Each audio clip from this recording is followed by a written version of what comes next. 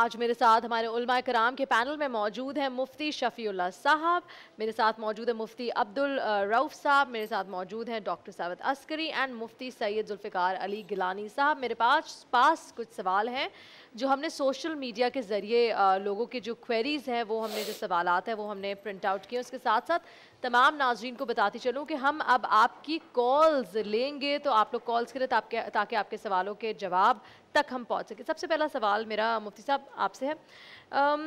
यहाँ किसी ने लिखा है कि किसी दूर के रिश्ते की खाला से क्या निकाह जायज़ है? बिस्मिल्लाहिर्रहमानिर्रहीम नहमदुहु व नसल्ली अला रसूलिहिल करीम अम्मा बाद।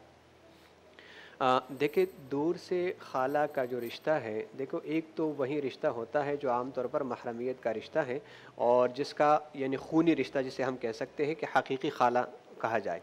तो इस एतबार से इनके साथ तो निकाह बिल्कुल नाजायज़ है, हराम है और उनके साथ तो निकाह नहीं हो सकता। बाकी इस साइल ने चूँकि सवाल गैर वाज़ेह है कि दूर से क्या मुराद है। अगर महज़ जैसे कि आम तौर पर उर्फ़ के अंदर बाज़ लोग यानी किसी ऐसी खातून या इसको अपने उर्फ़ी एतबार से उसको खाला या कोई पुप्पी वग़ैरह कुछ कहकर वो पुकारते हैं, लेकिन उनके साथ तो खूनी रिश्ता और इस तरह कोई महरमियत का ताल्लुक़ नहीं है जिससे निकाह हराम हो जाए, तो निकाह जायज़ होगा। वरना अगर उसमें कोई क़राबत की बात आती है तो फिर उसी तनाजुर में जब अगर इस रिश्ते की हकीकत सामने आ जाती है तो उसमें फिर क्लियर हो सकेगा कि आया रिश्ते की क्या सूरत है और निकाह हो सकता है या नहीं। ठीक है जी, बहुत शुक्रिया। अब्दुल रऊफ़ साहब हमारे साथ मौजूद है। क्या छोटे बच्चे प्रैक्टिस के लिए आधे दिन का रोज़ा रख सकते हैं? बिस्मिल्लाहिर्रहमानिर्रहीम। जी, वो हकीकत में रोज़ा होता तो नहीं है, अलबत्ता उसको बच्चे की एक हौसला अफजाई के लिए और उसकी हिम्मत बनाने के लिए तो शुरू में एक प्रैक्टिस के लिए हम उससे कहते हैं और ताकि बच्चे की थोड़ी उस पर खुशी भी हो जाए कि अब मैंने भी रोज़ा रखा है। तो जब तक वो नाबालिग है तो शरई हुक्म तो यही है कि उसके ऊपर कोई फ़र्ज़ नहीं है। तो हम जैसे बच्चों को करते हैं प्रैक्टिस के लिए, बाकी काफ़ी चीज़ें उसको सिखा रहे होते हैं, तो इसी तरह इबादत में नमाज है, रोज़ा हो गया, तो इसमें उनको अगर उर्फ़ी माना में हम रोज़ा कहना चाहें तो इसमें कोई हरज नहीं है, अगर शरई माना में बिल्कुल रोज़ा नहीं है। बिल्कुल।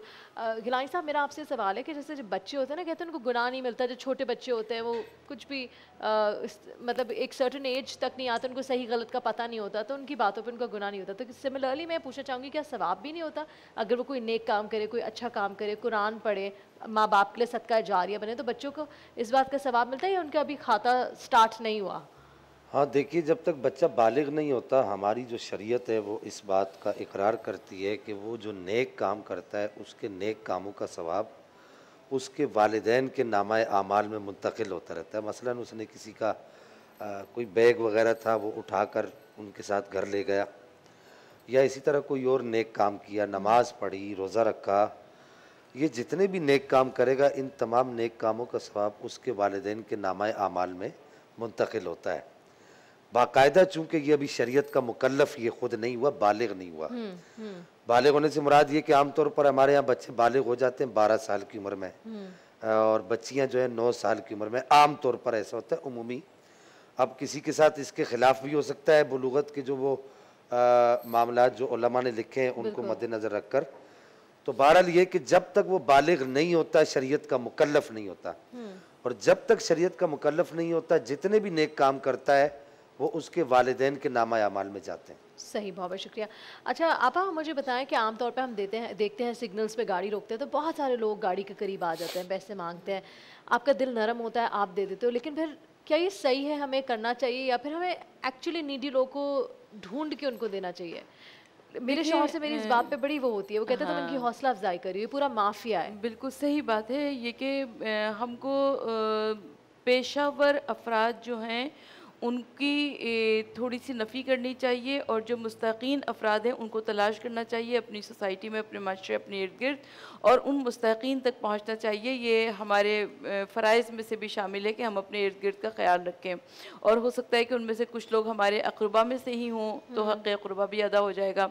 इसके अलावा लेकिन अगर दे दिया जाए तो कोई हरज भी नहीं है, और लेकिन अगर वाजिब रकूमात में से कुछ दे रहे हैं, जैसे सदक़ा वाजिबा दे रहे हैं या किसी रोज़े का कफ़ारा वगैरह दे रहे हैं, तो फिर उसका आदिल होना भी शर्त होगा, और अलल ऐलान वो किसी गुनाहाने कबीरा और सगीरा गुनाहाने कबीरा में मशगूल ना हो, जैसे शराब ना पीता हो, फिस्क व फजूर में ना मसरूफ़ हो। ठीक है जी, मेरे पास यहाँ एक कॉल है। हेलो, अस्सलाम वालेकुम। हेलो जी।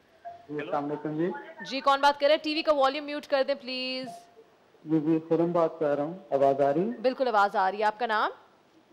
जी खुरम बात कर रहा हूँ लाहौर से। जी खुरम साहब, लाहौर से आप बात करें, आपका सवाल क्या है? जी सवाल मेरा ये है, खुला के मरतबा मैंने खुला के लिए पूछना था कि खुला में जो है कि रजू करने के लिए क्या तरीका कार है? अच्छा जी, मेरे साथ मुफ्ती शफी, 4 साल हो गए। एक सेकंड, आप इधर ही कॉल पे रहेगा, ड्रॉप नहीं कीजिएगा। कॉल है मेरे पास, कॉल आई थी और वो खुला के हवाले से पूछ रहे थे। खुरम साहब लाहौर से मेरे ख्याल से कॉल की थी उन्होंने जी। बिस्मिल्लाहिर्रहमानिर्रहीम। वैसे तो खुला के हवाले से चूँकि साइल का पूरा सवाल जो है वो सामने नहीं आ सका कि आया उनके जो खुला है वो अदालत के तवस्सुत से हुआ है या बाहर इससे हटकर मियाँ बीवी आपस के अंडरस्टैंडिंग के साथ जो है उन्होंने ये खुला का फ़ैसला कर लिया है। फिर अगर अदालत के थ्रू हुआ है तो क्या शोहर वहाँ पर चले गए और उन्होंने उसको एक्सेप्ट किया है या नहीं किया, तो खुला के इन तमाम तर चीज़ें जो है ये जानना ज़रूरी होती है कि आया इसकी क्या हुक्म है। लेकिन मैं मजमूई तौर पर एक उसूली बात सामने रख देता हूँ कि अगर अदालती की बुनियाद पर हो, अदालत की तवस्सुत से हो या इससे बाहर हो, लेकिन मियाँ बीवी के बाहमी रजामंदी और अंडरस्टैंडिंग के साथ खुला का ये मामला मुकम्मल हो जाता है, तो इस सूरत में एक तलाक़ बाइन पड़ जाती है। और तलाक़ बाइन का मतलब यह है कि दोनों का निकाह ख़त्म हो जाता है। अच्छा। हाँ, निकाह ख़त्म होने के बाद अब अगर ये साहब ने यानी इस खुला के तलाक़ से इससे कबल या बाद में मज़ीद कोई इजाफ़ी तलाक़ ना दी हो, सिर्फ एक ही पहली दफ़ा जो है इनके साथ ये मामला पेश आया हो, तो चूँकि निकाह तो ऑलरेडी ख़त्म हो चुका है, चाहे उनका 3 महीने का पीरियड या इससे कम वेश का जो वो है दौरानिया, इसके अंदर भी और उसके बाद भी अगर ये पैचअप करना चाहते हैं, दोबारा साथ रहना चाहते हैं, तो उनको दोबारा गवाह यानी पूरा प्रॉपर निकाह करना पड़ेगा। जैसे कि शुरू स्टार्ट से निकाह होता है तो पूरा प्रॉपर निकाह करना होगा। अच्छा, ये मेरा सवाल अब बहुत अलग है, पता नहीं ये सही है कि नहीं, सवाल मुझे पूछना भी चाहिए कि नहीं, लेकिन हमने ऐसे सुना था जैसे कि वो किस मामलात में होता है कि जब आपका तलाक हो जाती है और आपको अपनी गलती का एहसास होता है और आप कहते नहीं मैं वापस रहना चाहती हूँ या रहना चाहते हूँ उस शख्स के साथ, तो फिर आप वापस निकाह नहीं कर सकते जब तक आप किसी और से शादी, इस तरह वो अलग मैटर है, वो अलग 3 तलाक में वो 3 तलाक के बाद का मैटर है। अच्छा, वो यहाँ पर वो नहीं होता। ठीक है जी, ओके जी। यहाँ मेरे पास एक और सवाल है, आप में से किसी को सवाल पूछना था? हाँ जी, माइक में पूछे। मेरी एक दोस्त है, उनका सवाल था कि उनके हस्बैंड ने उनको 3 तलाक़ें दे दी हैं, बल्कि 3 से ज़्यादा दे दी हैं। उसके बाद उनके घर वालों को भी SMS के ज़रिए बता दिया कि मैंने इनको तलाक दे दी है, क्या तलाक हो जाएगी?